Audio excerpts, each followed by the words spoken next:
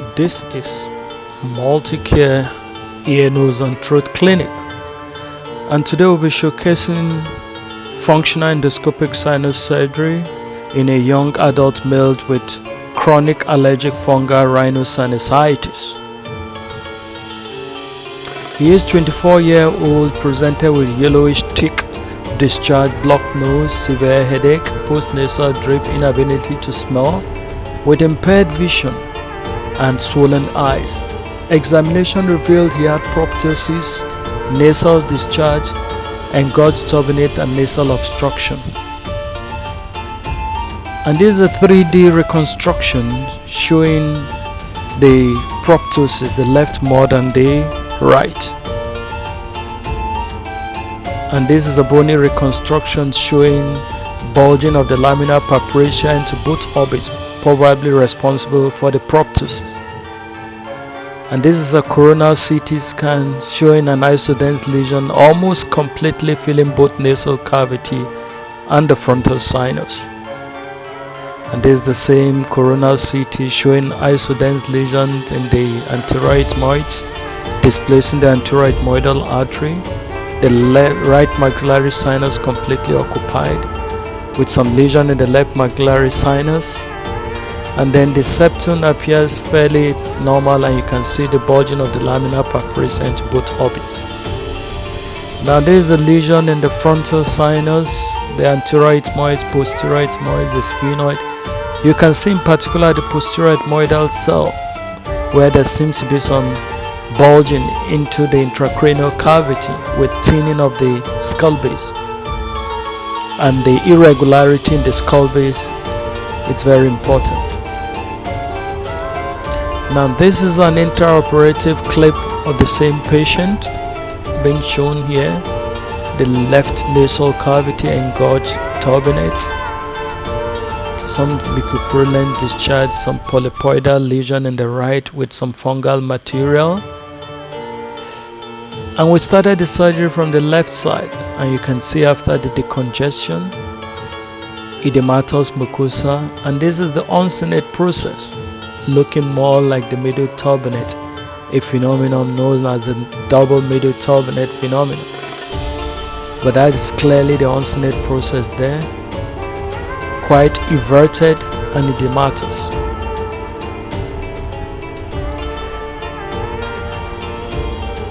So we began the procedure by excising the uncinate process using a sinus scissors.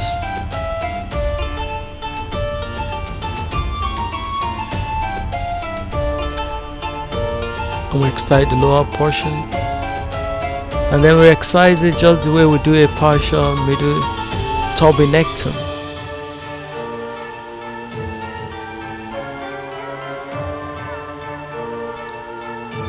And now we're going with a 90 degrees black slit forceps and try to complete the uncinectomy.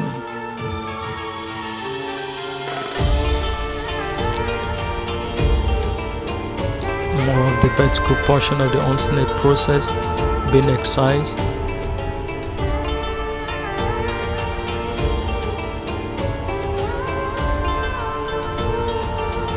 And then we're going with the RAT 40 microdebrider to debride some polypoidal lesion. And at this point we look out for the lateral limit of our dissection, which is now the uncinate process. And if you remember in the CT scan, that was bulging into the left orbit.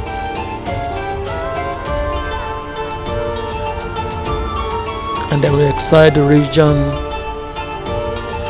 of the maxillary sinus os at the infundibulum. That is the maxillary sinus os there. It's always a good thing to preserve the mucosa that runs into the maxillary sinus in order to prevent future stenosis.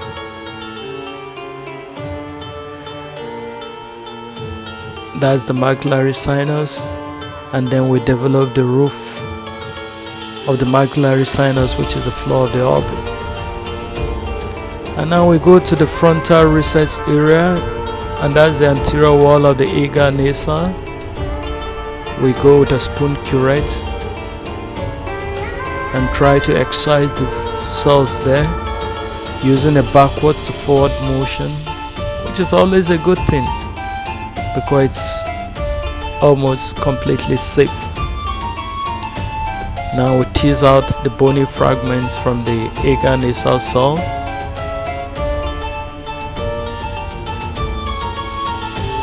And then we go with the rat 40 debrider at the armpit. We first of all divine the anterior border, and then we get towards the middle turbinate,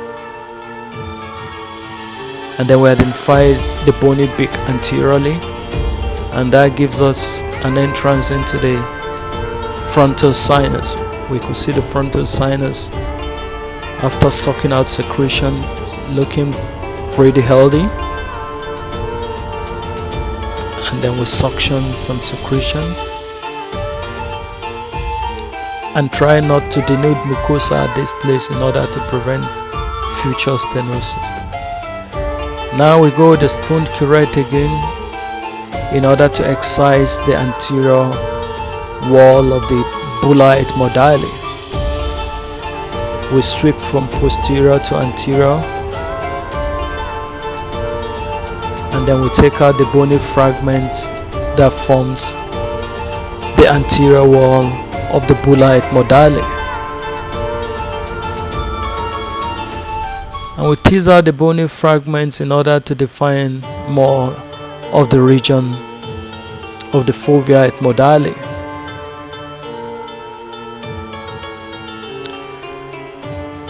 And then we're going with a rat 60 micro debrider, and we use the blade to tease out the attachment of the face of the bulla to the skull base. And here we are teasing out some polypoidal mucosa, some polyps, and at this point it's also good to be careful with the laminar purpuraceae, which comes into your operative field.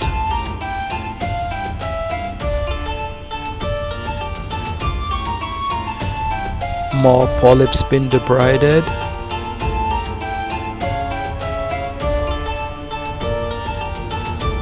Some fungal concretions in the region of the anterior fovea.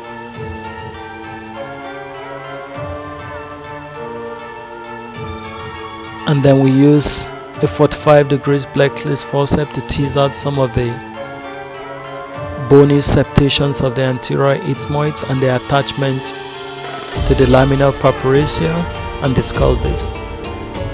So it's always a good thing to keep the Blacklist forceps parallel to the laminar purpuraceae in order to prevent inadvertent injury into the orbit. And we use a micro debrider blade here to debride polyps and mucosa in the region of the anterior ethmoids from the surface of the middle turbinate. You can see the middle turbinate here being clearly outlined and trimmed. Polyps being debrided from the laminar purpuraceae.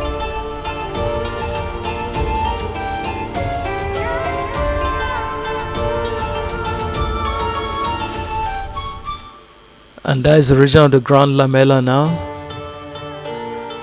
with the bright polyps.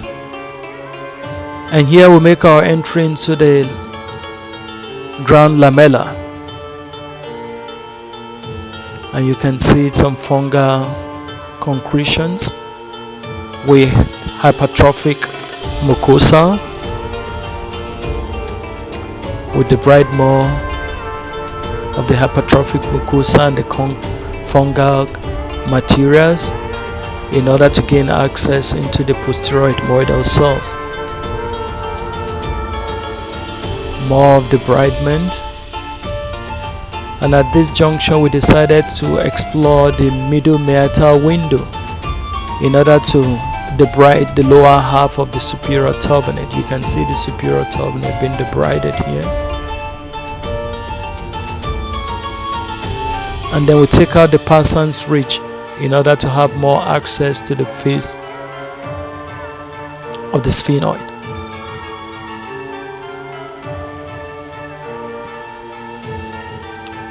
More debridement, exploring the region of the sphenoethmoidal recess, and that gives us access into the sphenoid sinus. Now that's the sphenoid sinus, and we take down the Parsons ridge in order to give a wide sphenodotomy.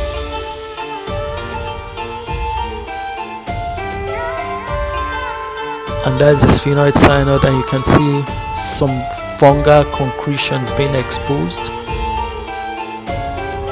And that's the Parsons ridge, and that's fungus in the sphenoid sinus.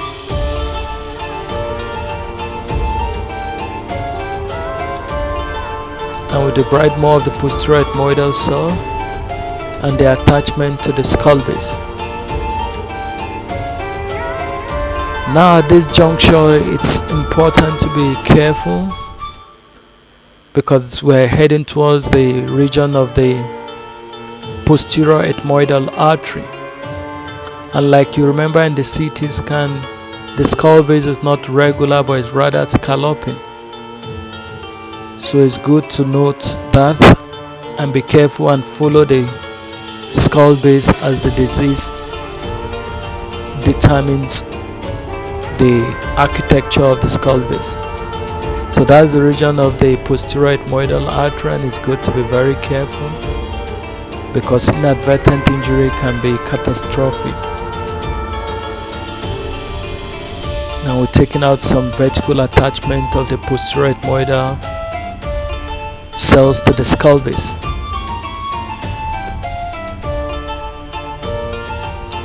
More debridement of the bony spicules and the attachment to the skull base.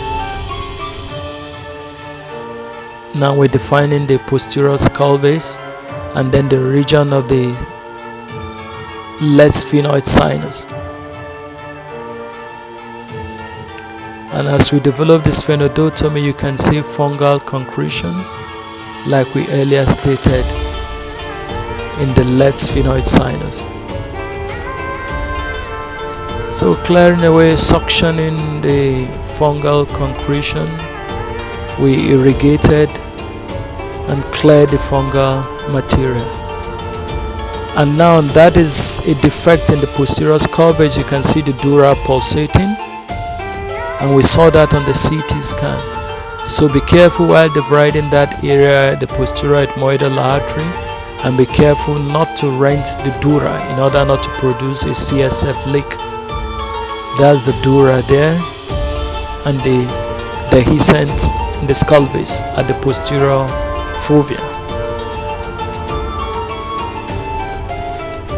Now that's the medial turbinate, and you can see the surgical cavity, the sphenoid sinus. I'll remove some more bony spicules. That's the sphenoid sinus now cleaned out, irrigated and suctioned out. The posterior fovea, the anterior fovea, the frontal sinus, the maxillary sinus, the roof of the maxillary sinus.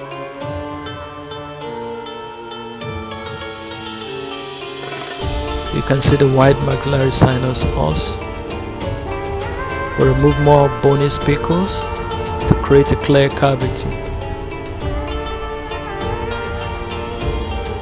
Frontal sinus, posterior fovea, maxillary sinus.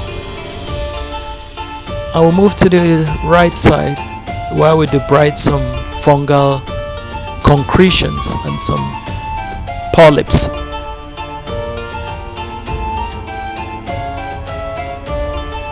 So more of the debridement taking place.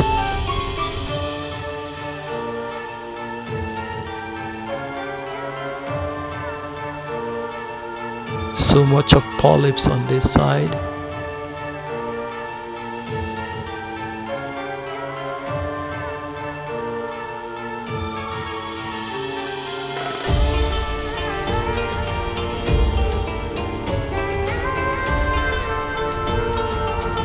So as we debride the polyps, the nasal cavity begins to come out, and we're having access towards the area of the choana, and we can see some fungal materials there, some concretions, and some chalcot-laden crystal material, yellowish fungal material, and there is exposure of the choana there.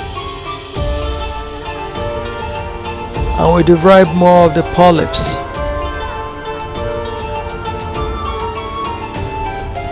Some fungal concretions. And now we debride the region of the uncinate process, and you can see the uncinate process on this side too is everted due to pressure from the polyps. And so far we have not defined the middle turbinate on this side. I'll use a 90 degrees Blexley forceps to excise the vertical portion of the uncinate process. I will use a RAD 40 micro debrider blade to define the region of the laminopapyracea, and like we realized on the CT scan, it was bulging into the orbit. So we try to define it, hoping to find it a little bit displaced lateral.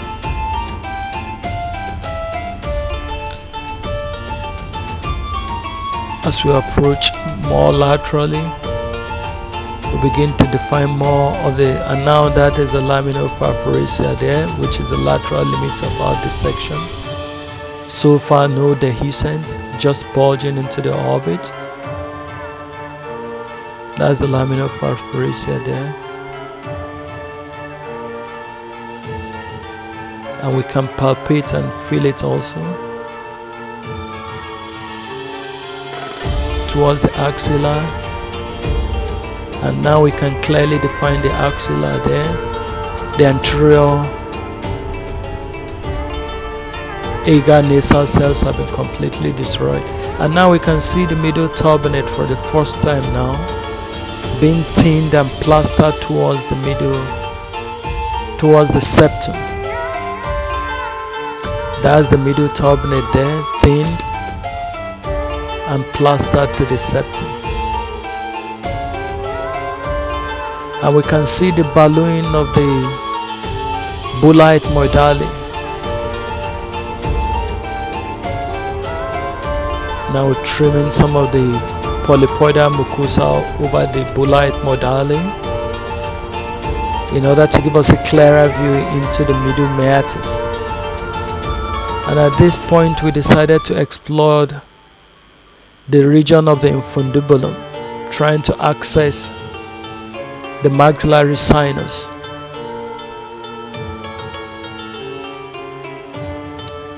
And that is the infundibulum, that is the laminar papyracea. Once again you can see it bulging laterally, bowing and bulging into the orbit. And having defined that, we debride the region of the infundibulum, looking for the maxillary sinus os.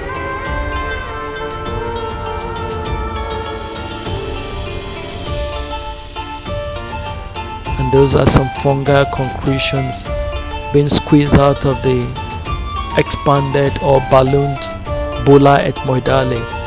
More fungal concretions being removed in the region of the maxillary sinus os.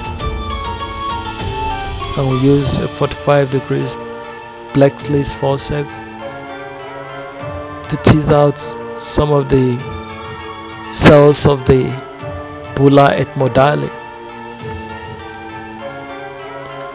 And you can see that gives us a clear view into the maxillary sinus.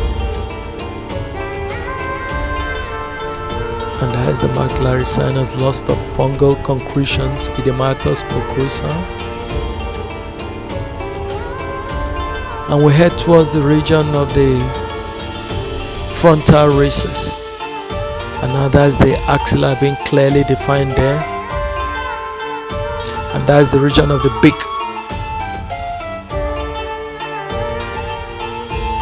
more access to the frontal recess, and that's the beak there.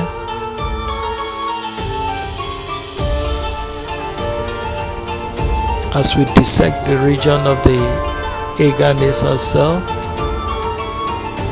and the frontal recess, we encountered some anterior ethmoidal cell which forms the roof of the agar nasal cell, and there were lots of fungal concretions in the frontal recess. Lots of fungus,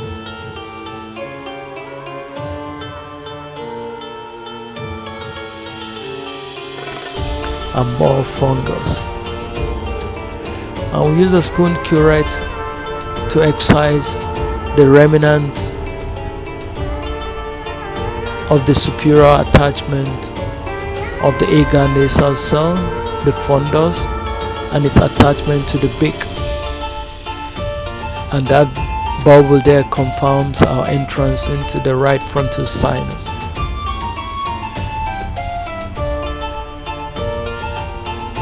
And here we are debriding more cells and exposing lots of fungus. And we suction out a lot of fungus,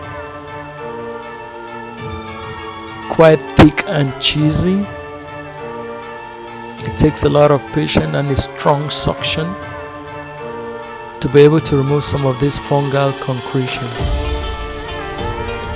Requires lots of patience, irrigation, and suctioning. You can see how tenacious it can be.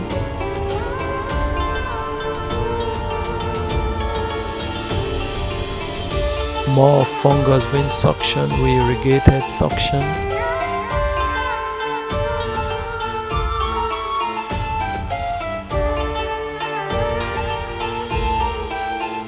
More fungus being suctioned out of the frontal sinus. More irrigation, more suctioning, a little bit of patience, and then you'll be able to clear all the concretions from the frontal sinus.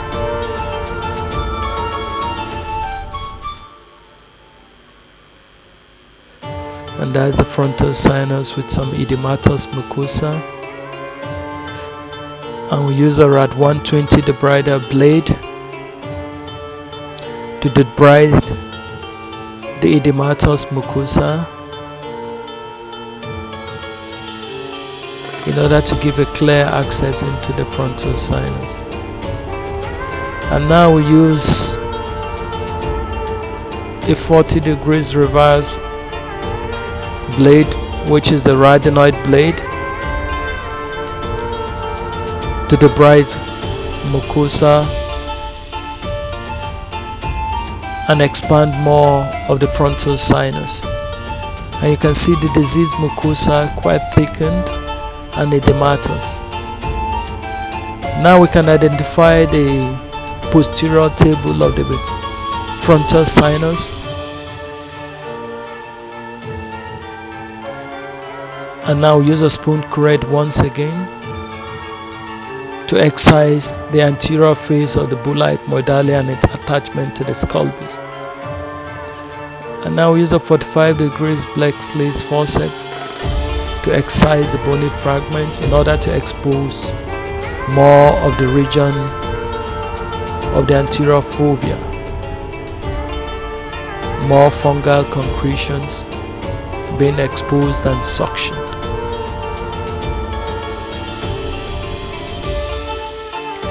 You can see how edematous the mucosa can be. Lots of fungal concretion. More of the diseased anterior ethmoidal cells and the attachment of the bulla ethmoidale to the skull base being removed. And you need to be careful at this point because of the region of the cribriform, in order not to cause inadvertent injury with a potential risk of cerebrospinal fluid leak.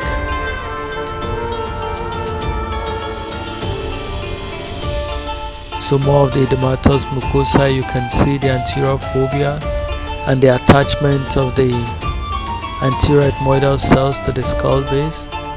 And at this point, we're looking for the region of the anterior ethmoidal artery, and you need to be very cautious in order to avoid inadvertent injury. And you can see the middle turbinate is actually thinned here and diseased.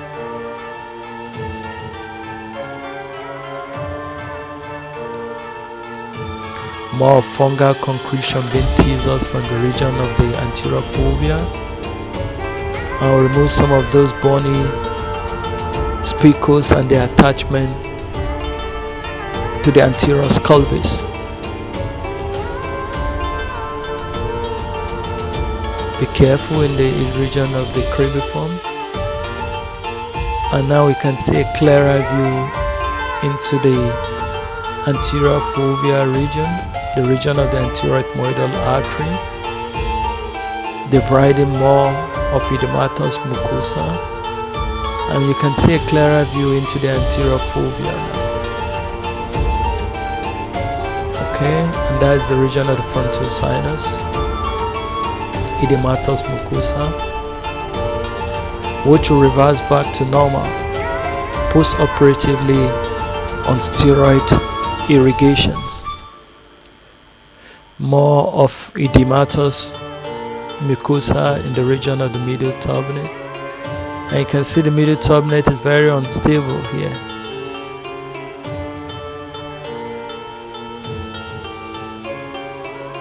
A better view into the anterior skull base, and below is the region of the ground lamella.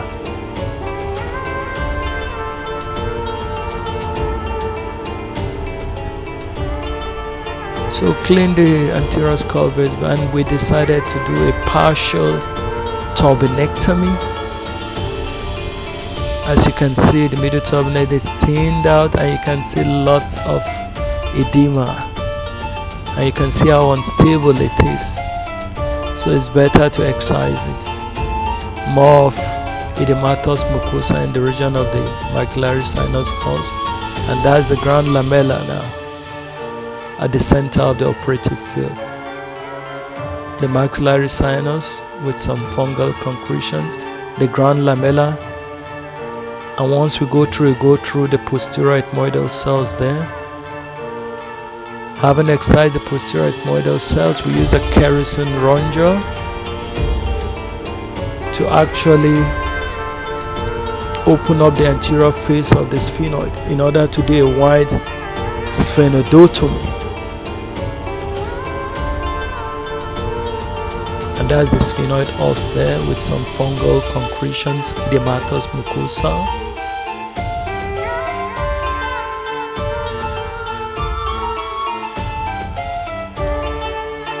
So open up the face of the sphenoid wider, and that gives an exposure, and that's the sphenoid sinus, and you can see an onodi cell on top there pushing the sphenoid sinus down, and there are some fungal concretions tucked in the onodi cell. Now you can see the horizontal septation separating the onodi cell on top and then the sphenoid sinus down. Those are fungal concretions in the onodi cell being suctioned out, and you can see a defect in the skull base in the posterior ethmoidal region here. Remember, we saw that on the CT scan on the left and right side, and you can see pulsation of the skull base, and that's pulsation of the dura there. So you need to be careful, suction out some more fungal concretions in the onodi cell.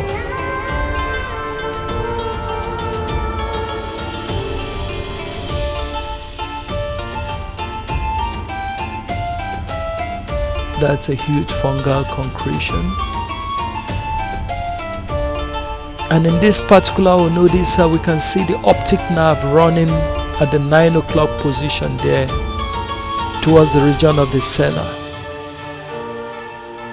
So this is a very typical case of an unoded cell with an optic nerve, which you ought to see in the preoperative CT scan, and be careful in order to avoid inadvertent injury to the optic nerve and the attendant post-operative blindness, which could be a catastrophic complication. Now that is the optic nerve there. You can see some fungal concretion above and below it being gently suctioned. We irrigated and suctioned the unoded cell. That's the optic nerve, and that's the carotid artery down, and that is the right optical carotid recess. So at this point we decided to irrigate the surgical cavity and then instilled a lot of methylprednisolone in the nasal cavity. That's the middle turbinate on the left there. You can see it stabilized on the septum. That's the anterior ethmoidal cavity, the frontal sinus area, frontal recess. You can see the skull base is irregular, the defect in the posterior ethmoid, the dura being exposed, the defect in the posterior ethmoid, the sphenoid sinus cleaned, and that's the maxillary sinus there. And we decided to stabilize the middle turbinate on the septum by doing a middle turbinoplasty. So we're doing a suture of turbinoplasty here to stabilize the middle turbinate on the nasal septum. Although it's a good thing because it gives you a clear operative view, post-operative view. And that is a nice view into the left nasal cavity, the maxillary sinus os, the frontal recess area, the posterior fovea showing the exposed dura, the right nasal cavity, the frontal recess, the anterior ethmoidal artery, the maxillary sinus, and that's the choana down there. And this is another view into the left nasal cavity, the middle turbinate medialized on the septum, the anterior ethmoidal area, the posterior fovea, the laminar papyracea, the wide maxillary sinus os, and that's the choana down there. And that's the inferior turbinate laterally. And this is another view into the right nasal cavity, showing the unoded cell there, the sphenoid sinus down there, the choana down, the ethmoid cavity, and that is the exposed optic nerve, which we irrigated with copious amounts of methylprednisolone, and the vision improved remarkably after surgery. Thank you for listening.